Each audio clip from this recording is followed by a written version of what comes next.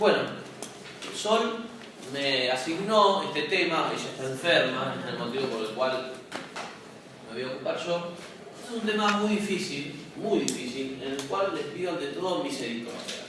¿Por qué? Porque en estos 45 minutos va a ser difícil, voy a intentar hacerlo, poder explicar este tema, que es un tema que excede los 45 minutos.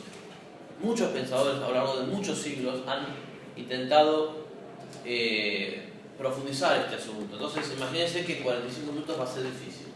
Luego, con la respuesta de Sol, con las clases que la profesora va a dar a lo largo de este tema, van a poder tener una visión más aproximada.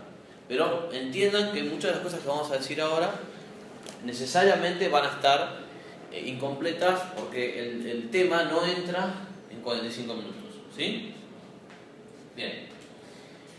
San Agustín decía que el problema del mal era como el dolor que una mujer sentía antes del parto. Él tenía una visión tan honda del problema del mal que decía que lo hacía gemir con dolores como de parto, ¿no? Entonces fíjense que la visión de San Agustín va a ser la que vamos a tomar nosotros como vector de la clase de hoy. San Agustín, por supuesto, tiene una visión cristiana del asunto. Y lo primero que quiero subrayar es que sin una visión a partir de la fe, el problema del mal cae en el absurdo. ¿Por qué? Porque se vuelve o una tragedia, porque el mal es algo invencible, si no existe una visión cristiana de la fe, el mal es una tragedia, o se vuelve algo insincero. La gente no toma el mal en serio y tiene una respuesta insincera, poco vital, poco dramática, hipócrita, podríamos decir, a la cuestión del mal. Fuera de la fe no hay una explicación que no sea absurda sobre el tema del mal. Esto tiene que quedar muy en claro. Por eso es que el influjo de la religión católica en el pensamiento hizo posible también el avance de la filosofía sobre el tema de la existencia del mal y qué es. Fuera de la visión cristiana, el mal a veces es divinizado. Había religiones antiguas que deificaban el mal, entonces había un dios del mal y un dios del bien, ¿no? Un biteísmo. ¿Por qué? El dios del mal era la materia, el cuerpo. El dios del bien era el espíritu, lo espiritual, el alma. O algunos terminaban diciendo que el mal no existía. Una visión insincera. No había un compromiso y un dolor en que el mal existe y que es injusto sino que había una prescindencia del tema. Bueno, está bien, el mal no existe. Por eso las dos respuestas son absurdas. O el mal es un dios, es una divinidad, o el mal es un tema que no merece mucho asunto. La visión cristiana del tema va a indicar que el mal no es una tragedia, no debe ser enfocado de manera hipócrita, sino que es un drama. Esta palabra es clave. Pero mal, entonces, sí. Como que pierdan la sinceridad, es como que digan que Dios no existe. No por eso, sino que el mal no es algo grave, no es algo que hay que tomar en serio, no es algo que escandaliza al alma. No, bueno, está bien, hay mal, está bien. Esa es la visión. Importancia. Claro, que le resta importancia. Ahora, hay como dos extremos, hay dos errores en esta concepción fuera de la visión religiosa católica. Porque justamente habrá otras religiones que tienen una visión también o absurda o insincera. Para el cristianismo, para la fe católica, el mal es un drama. El mal es un drama. ¿Qué significa? Que el mal no es algo que debe ser... Ay, gracias. De nada. Que el mal no es algo que debe ser dejado de lado, que es algo que no hay que tomarlo en serio, pero tampoco es una realidad invencible, porque en última instancia todo lo malo que ocurre es permitido por Dios. No querido, sino permitido. Por eso es que, como ¿vieron la virtud es el justo medio? ¿Se acuerdan de eso? Bien, de alguna manera, entre el problema del mal resuelto como un absurdo, donde el mal es sacralizado, es deificado, y el problema del mal resuelto de manera hipócrita, donde el mal se le resta importancia, como decís vos, el justo medio, ¿cuál es? El mal como un drama. O sea, la realidad del mal es dramática, no es una tragedia, es dramática. Espera, me quedé en otra cosa que no lo completé Sí. y que bueno, si no me voy a acordar. Entonces lo de perder la sinceridad, lo de que le diste importancia y eso, y la tragedia. La tragedia es la postura contraria, es decir, el mal, yo le doy, no es que no le doy importancia, pero deifico al mal, lo sacralizo, creo que el mal es una divinidad, creo que existe un dios del mal, como muchas religiones antiguas, y entonces el mal es inevitable. El mal forma parte de mis entrañas, de mis venas. No puedo hacer nada contra el mal, estoy perdido. Yo lo que les decía es que no es solamente que las religiones antiguas, como algunas orientales y todo, sino también incluso religiones actuales. Por ejemplo, en el budismo hay una visión del mal, donde el mal no es algo distinto del bien. El budismo sostiene la identificación entre el bien y el mal. Entonces lo malo que ocurre es bueno, está bien. Mientras que otras religiones sostienen la deificación del mal. El mal es una sustancia, hay un dios del mal. Eso termina en el ateísmo, en la desesperación. Porque si el mal es algo divino, entonces es inevitable. Y si es inevitable, estamos condenados a ser estiércol. El mal está en nuestra misma configuración. La visión cristiana del asunto es el mal como un drama. Esto, como dijimos, que lo descubrimos gracias a la fe. Porque la fe es la que le da la respuesta al hombre que él por sí solo no podía alcanzar. Ahora, una vez que la fe entrega esa respuesta de que había un paraíso, había un Dios creador, había una situación ideal, que luego Adán y Eva son los que con su pecado alteran, entonces ya no es que el mal es necesario, sino que el mal no era parte del plan de Dios. En el plan de Dios era un paraíso, era algo bueno. Y el mal ingresa de manera histórica, accidental. No es que ingresa necesariamente, no es que Dios pensó el mal como en nuestro plan, sino que el mal ingresa por culpa nuestra, no por una necesidad en la realidad, ¿sí? Por eso es que Adán y Eva pudieron no haber pecado. Esto nótenselo. Adán y Eva pudieron no haber pecado. El demonio pudo no haber pecado. Entonces, según la reflexión católica sobre el asunto, el mal, el cometer el pecado de Adán y Eva, el pecado del demonio y nuestros propios pecados, son algo que pueden ser evitados. No necesariamente vamos a cometerlos. Por eso es que existe la advertencia, ¿no? Fíjense que Dios le advierte a Adán y le dice, vayan al texto del Génesis, le dice, puedes comer de todos los árboles, pero del árbol de la ciencia del bien y del mal no lo comas, ni lo toques, porque el día que lo comas, morirás. ¿Qué significa? Que la advertencia de Dios tiene un sentido. Si Adán y Eva estaban obligados a pecar, ¿tendría sentido que Dios les haga una advertencia? No. Entonces fíjense, el mal puede ser evitado. Ahora, San Agustín dice que es un error intentar resolver el problema del mal sin primero hacer algo previo. ¿Qué será eso? ¿Qué hay que hacer para resolver el problema del mal? Hacer algo malo. No. ¿Qué hay que hacer? ¿Qué hay que entender para resolver el problema del mal?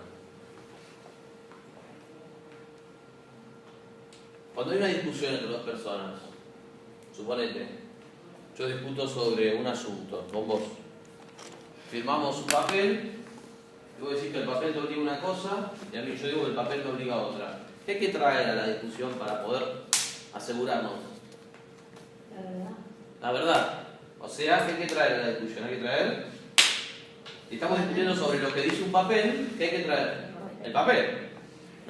Si firmamos un contrato, bueno, traigamos el contrato, permiso, pongámoslo ahí y veamos qué dice. O sea, habría que definir los términos del contrato, ¿sí o no?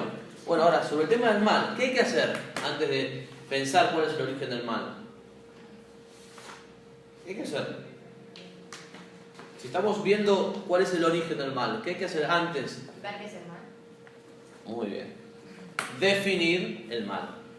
Si yo no defino la palabra que estoy utilizando, entonces no estoy seguro del alcance que tiene ese término. Y tampoco estamos seguros de estar hablando de lo mismo, ¿o no? Porque si vos, cuando yo digo mal, vos entendés una cosa, pero yo en realidad me refiero a otra, nunca nos vamos a poner de acuerdo y nunca vamos a avanzar. Bien. ¿Alguien sabe qué es el mal?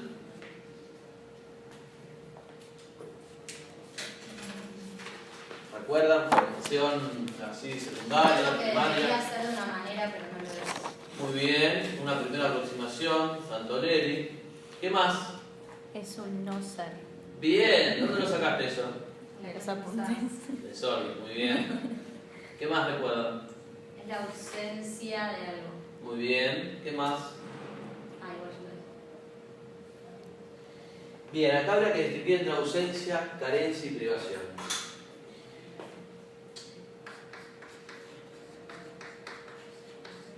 Estrictamente hablando, el mal es privación del ser, más que ausencia o carencia. ¿Por qué? Porque el mal es la ausencia de algo que debería estar por naturaleza, pero no está. Por ejemplo, a mí me gusta este ejemplo del ejemplo de la piedra, ¿no? Para una piedra, no tener vista no es un mal. ¿Por qué? Una piedra, este libro no tiene vista, pero ¿por qué esto es un mal para el libro, no tener vista? No, pero ¿por qué? ¿Por qué si es un mal para mí no tener vista, pero no para... ¿Vista de ver? Ver. ¿No tiene ojos? Claro, ya lo sé, pero digo, ¿por qué? Si yo tuviese sin vista, para mí sería un mal. Ahora el libro no ve, ¿por qué no es un mal para el libro? Porque no está en su Porque naturaleza. Eso, ahí está, el concepto de esencia es clave. Como no está en su esencia, como no está en su naturaleza, entonces no es un mal para el libro o para la piedra el no ver. Como si está en tu esencia y en la mía, es un mal ser ciegos. Entonces el mal no es cualquier ausencia, sino la ausencia de lo que debería estar por naturaleza o por esencia, como decían recién ustedes, y no está. Por ejemplo, para un pájaro, si le cortan las alas, ¿es un mal? Bien. Para mí, no tener alas, ¿es un mal? No. Porque a mí y a ustedes no, en nuestra naturaleza no está el tener alas. Para un pez, poder estar una hora bajo el agua, no es un mal, es un bien. Ahora, para mí no. Por eso nuestro sistema respiratorio resiste pocos minutos bajo el agua, porque no está hecho para lo mismo. Entonces, es importante porque si nosotros no tenemos en cuenta el concepto de naturaleza y de esencia, entonces no sabemos qué es lo malo. Entonces, como decían ustedes, el mal es la privación del bien debido como el habla. O sea, la privación del bien que debe estar, que debería estar, que según la esencia, la naturaleza debería estar, pero que de hecho no está. Bien. ¿Hasta ahí estamos? Entonces, en el universo, en el mundo, lo que hace el gran drama es que la criatura tiene algo que le hace posible deshacer el orden que Dios pensó de su propia naturaleza. ¿Qué es lo que le hace posible deshacer ese orden? El hombre hace eso posible. Bien, el hombre y el ángel. Pero ¿qué es lo que hay en el hombre y en el ángel que le hace posible deshacer su propia naturaleza? Tenemos a Dios, tenemos a la criatura personal. Hay dos tipos de criatura personal. ¿Cuáles son? Por eso. Es fácil. Uno, estamos acá. Por eso. ¿Qué somos? ¿Qué esencia somos? Hombres, los humanos. El ser humano. ¿Ah? ¿Y el otro? ¿La otra criatura personal?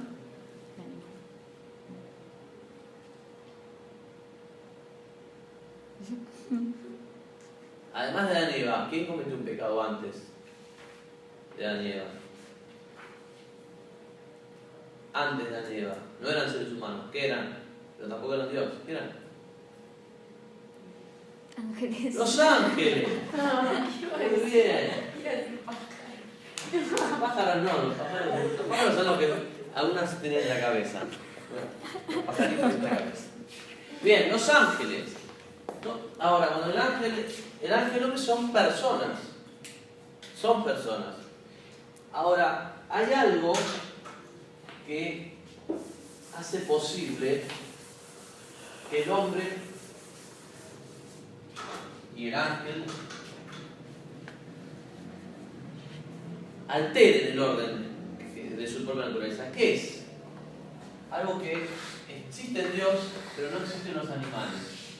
Los actos. ¿Los actos de dónde proceden? ¿De qué? Del alma, del corazón. ¿Del alma? ¿Cómo es el alma? Bueno. ¿Pero qué tiene el alma? Tiene dos potencias, ¿se acuerdan?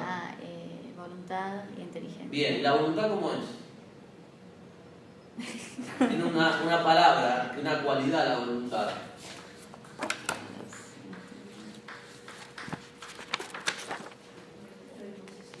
¿Cuál es la cualidad de la voluntad? Algo que los animales no tienen, nosotros sí. Libre. No. Libre. Ah, Razón bien. empieza con L. Libre. Ah, La voluntad Ya lo dije. es libre. Ahora uno me podría decir, bueno, pero si la libertad del hombre está la posibilidad de pecar, ¿Dios puede pecar? ¿Dios puede pecar? No, entonces Dios no es libre. Pero si Dios no es libre, no tiene algo que es una perfección. Bueno, vamos a ver el tema. Dios es libre. Y el hombre es libre. Y el ángel era libre, el ángel malvado era libre antes de dirigir su maldad. Ahora, lo que hay del ángel y del hombre es, además de libertad, libre albedrío.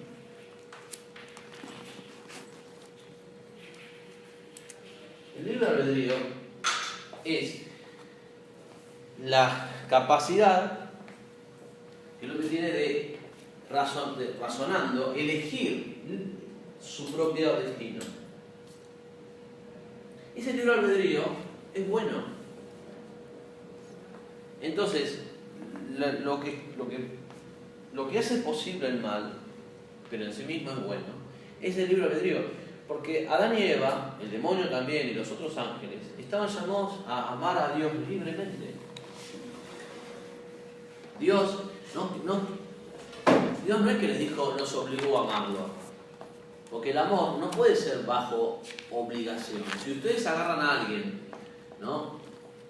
Agarran a su novio o a un chico, lo agarran del cuello y dicen, amame, amame, amame, y lo obligan a amarlo. Quizá el chico o sale corriendo o se queda atemorizado, pero en el fondo, bueno, sí, te voy a amar, pero en el fondo no está amando. Porque ustedes no están suscitando en él el amor, sino que lo están presionando, lo están forzando, están violentando esa libertad del varón. Eso no se puede llamar amor. De la misma manera, Dios no quiso violentar nuestra libertad. Entonces, en el libre albedrío estaba la posibilidad de obrar el bien y salvarnos. Pero dramáticamente, no trágicamente, dramáticamente, estaba la posibilidad de obrar el mal y pecar. O sea, porque Dios no nos violentó, o sea, no nos presionó a hacer... No nos presionó, nos mostró el bien. Claro. Le mostró, Él es el creador del universo, Él hizo todo, hizo el paraíso, hizo árboles, hizo animales bellísimos, mostró todo.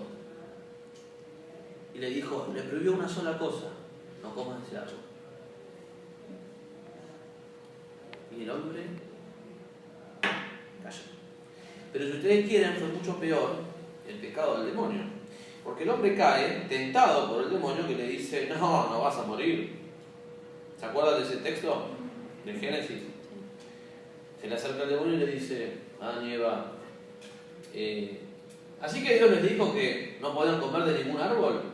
Y Eva le dice, no, dijo que no podemos comer solo de este árbol, porque si no íbamos a morir. Y el demonio le responde, no morirán, no moriréis. Le dice, seréis como dioses. Entonces ahí Eva es engañada por el demonio. Pero al demonio no le engaña a nadie. El demonio no es tentado por otro demonio, sino que el demonio comete, como dice Giovanni Papini, si no me equivoco, un pecado a sangre fría. Es mucho peor el pecado del demonio. Porque el demonio no es engañado, no es tentado. Él quiere ser malo. En cambio, Adán y Eva quisieron ser malos, pero fueron engañados. Ahora, lo que quiero subrayar es que Dios no hubiese creado el libre albedrío si no hubiese podido resolver las consecuencias del mal. Y las consecuencias del mal, en última instancia, son remediadas por el mismo Dios. Por eso es que la visión, en la fe, en nuestra doctrina católica, Dios envía a su Hijo para que Él derrote al mal. Por eso saben que a Jesús le dicen el nuevo Adán. ¿Sabían eso? El viejo Adán es el que pecó. Jesús es el nuevo Adán. Porque esta vez va a ser el nuevo primer hombre que va a resolver la macana que se mandó el primer hombre, Adán. El nuevo Adán es Jesús. ¿Y cómo es? O sea, fíjense que entonces el mal no es una divinidad, porque el único Dios es el creador. Pero tampoco el mal es algo insincero, algo que hay que despreciar, algo que, bueno, si está, no pasa nada, hay que convivir con esto. No. El mal es una realidad, existe, pero no tiene esencia. Esto nótenselo. El mal tiene existencia, pero no tiene esencia. El mal tiene existencia, pero no tiene esencia. Entonces, fíjense que a la pregunta que quizás muchos nos hemos hecho en la juventud o ahora mismo, si Dios existe, ¿de dónde viene el mal? Uno le puede replicar, si Dios no existe, ¿de dónde viene el bien? Y de alguna manera hay un empate, porque solamente puede haber mal. Donde hay bien. ¿Cómo? Donde hay bien. Espectacular. Si el mal es la ausencia o la privación de una naturaleza o una esencia, solamente puede haber mal si existe una naturaleza herida, una naturaleza vulnerada, una esencia lastimada o debilitada por ese mal. Ahora, si no existe una esencia, si no existe un bien, si no existe una verdad, no puede haber mal. ¿Puede haber error si no hay verdad? No, porque el error ¿qué es? La falta de la verdad. Excelente. ¿Puede haber fealdad sin belleza? No, porque la fealdad ¿qué es? Falta de belleza. ¿Puede haber mal sin bien? No, porque el mal es precisamente la privación del bien. Entonces, la misma existencia del mal es un testigo insobornable de la existencia del bien. Sí. La misma existencia del mal es un testigo indirecto de la existencia del bien. Entonces, si hay mal, hay bien. Y si hay bien, hay un origen del bien. Hay que Un origen. Por eso lo que es muy importante es que nosotros lleguemos al convencimiento y entendamos bien que la existencia de Dios como el creador del mundo, como el origen de todas las cosas, como el bien absoluto, no se contradice con la existencia del mal. Porque hay una línea con bastante fuerza de ateísmo. Hay ateísmos teóricos y ateísmos prácticos, pero hay un ateísmo teórico que sostiene que si Dios existe, el mal no puede existir. Bueno, verificado que el mal exista, Dios no existe. Entonces, frente a esto hay que entender que la existencia del mal reclama, para ser comprendido como mal, la existencia del bien. No puede ser todo sombras, porque la sombra es la ausencia de luz. Entonces, en la misma definición del mal tenés la clave de que si existe una realidad negativa es porque existe una realidad positiva. Al padre de Castellani, que este libro lo estoy leyendo y explica el tema del mal, muchas de las cosas que hemos hablado las saqué de acá. Dice, da este ejemplo, dice, un agujero, ¿existe? ¿Es algo? No es algo, es falta de algo. ¿Una enfermedad existe? ¿Sí o no? No, sola no. Existe un cuerpo. Existe en un cuerpo. Bien, la enfermedad existe, pero no es algo. La enfermedad es la falta de algo. Llamamos enfermedad al desorden que se da en el cuerpo, a cierta desconfiguración, podemos llamar, a cierto desorden que se da en el cuerpo. Entonces, de nuevo, lo nombramos como una entidad positiva, lo nombramos, pero es una entidad negativa. Es la falta de algo. El cáncer no es algo, es la falta de algo. El SIDA no es algo, es la falta de algo. Si ustedes saben, en realidad el SIDA es que las defensas del cuerpo empiezan a destruirse y que luego el tipo muere en realidad de otra cosa. Es decir, tu cuerpo está en lucha contra el medio ambiente. El SIDA lo que hace es bajar la guardia. Cuando baja la guardia, cualquier cosa entra. En realidad lo que te mata no es el SIDA, sino cualquier otra enfermedad, cualquier otro virus, pero que te agarra con la guardia baja. Eso es lo que te mata. Ahora, cuando vos estás bien, no pasa nada, o no morís. Entonces acá está la clave. Si nosotros vemos el mal como privación, el mal tiene una explicación, es un drama. Ahora, si vemos el mal como una substancia, entonces lo que hacemos es sacralizar al mal, deificarlo, y entonces es invencible. Ahora, esto nos lleva a la desesperación. Porque si el mal es una realidad invencible, entonces nunca va a ser resuelta. Justamente la revelación cristiana nos enseña que el mal, en el fin del mundo, en el Apocalipsis, el mal es vencido. El mal tuvo un inicio y tendrá un final. Por eso el Apocalipsis no es un libro de terror. Los dragones, no, es un libro de esperanza. Porque lo que dice, lo que enseña es que a pesar de lo que nosotros vemos hoy en día, que vemos la abundancia del mal en la sociedad, en nuestra familia, en la nación, en la patria, en el mundo, porque vemos males, el narcotráfico, vemos la violencia, vemos las guerras, vemos el odio, vemos la prioridad y la primacía del dinero. Además, a pesar de eso que vemos y que a veces uno se indigna, pero también se escandaliza y hasta a veces puede sentir algo de desesperación, a pesar de eso, tenemos la esperanza de que finalmente la victoria y la última palabra la tiene Dios. Y que en el último segundo habrá un cambio y que el único que va, esa pulseada que el hombre está perdiendo, de repente Dios va a dar vuelta las cosas con su poder absoluto. Y esto que estamos así a punto de perder, y de repente un poder más allá de nosotros va a dar vuelta a todo y nos va a rescatar. Ese es el mensaje. Por eso el cristianismo es drama y no tragedia. Eso es un poco el resumen del tema del mal. Muy resumido, lo admito, pero es como para darles un esqueleto del asunto, ¿no?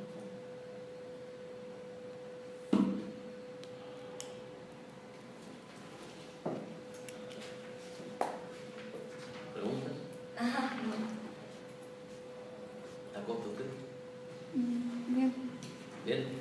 No sé, ya sé que está bien, pero una pregunta. No entendí. O sea, lo último que dijiste es que es drama porque Sí.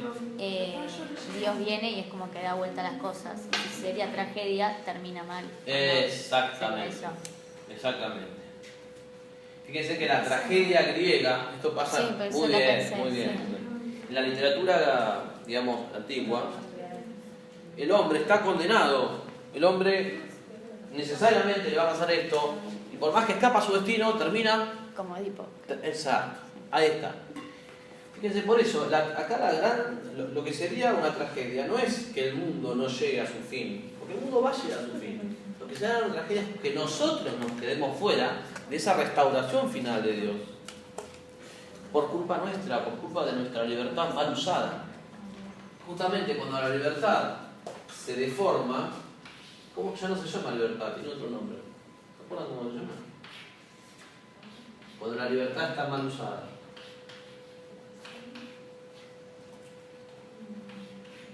¿Se conocen esta palabra? ¿Libertinaje? Cuando yo hago uso deshonesto de mi libertad, ya no es libertad, es libertinaje. ¿Sí? Ahora, ¿cuál es el drama? El drama es que el mundo podría ser bueno, pero no lo es. Ahora, la tragedia sería que nosotros nos quedemos afuera de la resurrección final, de esa victoria final de Dios, en la que va a dar vuelta todo, y que nosotros no estemos en el costado limpio de la batalla. Esa es la tragedia. Porque, que nunca se vence al mal. claro, Claro, que nosotros no venzamos al mal en nosotros mismos. Porque Dios va a dar vuelta el tema. El tema es que nosotros estemos en el lugar equivocado en el momento que Él lo dé vuelta. Es otra cosa. Es decir, se va a dar vuelta. Ahora, ¿y dónde nos va a encontrar ese momento? ¿En el lado de los que estaban sofocados o en el lado de los que sofocaban? Ese es el tema. Eso va a ser nuestra tragedia de nuestra vida. Frustrar nuestra alma. Ahí está el punto. Ahora, esta reflexión, si bien es filosófica, obviamente es filosófica a partir de una escalera, de una serie de datos que el cristianismo y que la fe católica nos dio. Porque el hombre por sí solo llegaba a estas dos posturas. O sacralizaba el mal y era una tragedia invencible, no hay libertad. En la tragedia no hay libertad. El hombre nace condenado y con un destino predestinado que es absoluto. O el mal perdía su realismo, su dramaticidad, y bueno, hay que convivir con él. Estas antropologías también se trasladan a la psicología. Si yo le enseño al chico a convivir con su sombra, como dicen algunos psicólogos, no, está bien, él no tiene que luchar contra ese vicio, él tiene que convivir con su sombra. Ah, sí, mira vos. En el fondo le estoy diciendo que haga las paces con sus vicios. O la otra postura psicopedagógica, trágica. No, este chico no da más. No por vos, Le digo, no, con este chico no se puede hacer nada. Este chico está condenado. Este chico no puede cambiar. Tragedia. La otra postura era conciliarte con lo malo. En los dos casos, esas dos visiones pedagógicas, no toman en cuenta la libertad. ¿Se dan cuenta? Entonces, este tema, que por supuesto es religioso, filosófico, después se traslada a la psicopedagogía. Nosotros tenemos que poder a los chicos enseñarles que las tendencias desordenadas o equivocadas que tienen, sí, está bien, son equivocadas, pero pueden ser revertidas. Esa es la base de la curación. La base de cualquier curación psicológica, psicopedagógica, psiquiátrica, está en decir, bueno, vos tenés un problema, pero debajo de ese problema subsiste tu mejor ser, el mejor yo de cada una de ustedes. Lo que tenés que hacer es tratar de despertar o de que prime tu verdadero yo por sobre tu falso yo. Porque en el fondo, cuando estamos contra la realidad, no somos auténticamente nosotros mismos. Esa es la clave. Entonces lo que tenemos que hacer es hacerle descubrir el mejor ser de cada uno, a nuestros niños, a nuestros alumnos, el mejor ser de cada uno. Si tenemos una visión trágica, esto ya está, este chico no tiene arreglo. Si tenemos una visión hipócrita, no, ya está, que conviva con su propia sombra. Ese sería insincero. Claro, una visión insincera. Nosotros tenemos que educar, no al chico dejarlo cómodo en el lugar donde está, en el lugar imperfecto, pero tampoco hacerle desesperar de su propia curación, su propia salvación. Una vez un ejercicio, ya con esto voy terminando, hicimos un ejercicio que era la crítica destructiva, transformar una crítica destructiva en una constructiva. Entonces, por ejemplo, si yo a un chico le digo, entro al cuarto, veo todo desordenado, le digo, Pablo, sos un desastre. ¿Es verdad que el cuarto está desordenado? Sí. Pero yo estoy calificando a la persona. Pablo, vos sos un desastre. Chico quizá no le importa, pero hay chicos que sí, entonces dicen, yo soy un desastre. Mientras que otra manera de criticar es entrar al cuarto, verlo todo desordenado y decir, Pablo, tu cuarto es un desastre, ordenalo. Entonces fíjense que eso es una visión más equilibrada, porque yo no es que le digo al chico, tu cuarto es fantástico, pero tampoco le estoy diciendo algo sobre él, sino sobre lo que él hizo o lo que él no hizo. Entonces, y al mismo tiempo al decirle ordenalo, le estoy diciendo, podés revertir este asunto. No es que tu cuarto es un desastre y vos estás condenado a repetir los errores de siempre, no, revertirlo. Entonces la visión cristiana del problema del mal luego se traslada a la visión pedagógica de cómo tratamos a nuestros chicos. Hay un problema, bueno, está bien, es este, revertirlo. Fíjate cómo, solucionalo, reparalo vos. No lo abandonamos en lo trágico, sino que le decimos, vos tenés esto, pero podés luchar contra esto. Luchá. Vencé esa tendencia. Bueno, esto es clave para la educación. Es fundamental. Descubrir que nosotros en nuestro interior, a pesar de todo lo que somos, anida el mejor ser de uno mismo. Y la educación lo que tiene que hacer es eso, es inspirar a hacernos mejores. Ustedes tienen que pararse en un curso o como psicopedagogas y que de repente la nena diga, me gustaría ser como Under, me gustaría ser como Paula, me gustaría ser como Clara, me gustaría ser como Santoleri. Que la nena se sienta inspirada, que diga, yo quiero ser como Acosta. ¿Entienden? Generar esa ejemplaridad. Que la nena diga, yo soy un desastre, o me va mal en esta materia, pero quisiera ser como ellas. Entonces, eso le va a inspirar la virtud, le va a inspirar el ser mejor. Por eso es importante tener esta visión del problema del mal. El mal puede ser vencido. Y las imperfecciones en nuestros alumnos pueden ser vencidas. Manos a la obra.